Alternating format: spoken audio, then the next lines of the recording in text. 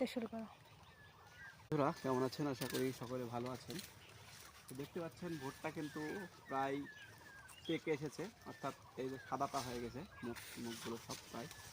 তো এই সময় যদিও আর 2টা দিন বা 3টা দিন থাকতো গাছগুলো, কিন্তু আবহাওয়ার যে পরিস্থিতি মানে একবারে ঝড় বৃষ্টি হওয়ার সম্ভাবনা 100% দিয়ে দিয়েছে আবহাওয়া অফিস, যার কারণে ভুট্টার যেই আগাগুলো রয়েছে এগুলো কিন্তু কেটে দিতে হবে। যদিও আরও 2 দিন রাখার চিন্তাভাবনা ছিল, কিন্তু আবহাওয়ার দিকে তাকিয়ে আসলে ভুট্টার আগা কাটতে আর কোনো দ্বিধা করছি না।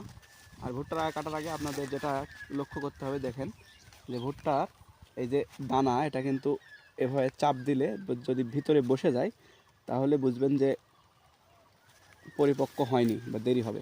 কিন্তু এটা কিন্তু অনেক শক্ত হয়ে গেছে, যার জন্য এই আগাটা কাটলে কিন্তু আর ক্ষতি হওয়ার সম্ভাবনা নাই। যদিও আরও 2 দিন থাকলে এই ফলনটা আরেকটু বৃদ্ধি পাওয়ার সম্ভাবনা ছিল, কিন্তু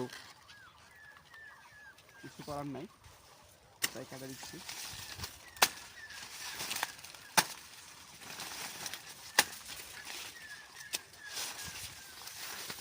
তো ভুট্টার আগা কাটার নিয়ম হচ্ছে,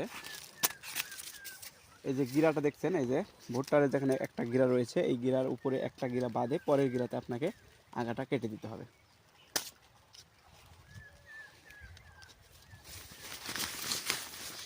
এই যে এখানটা ভেঙে গেছে।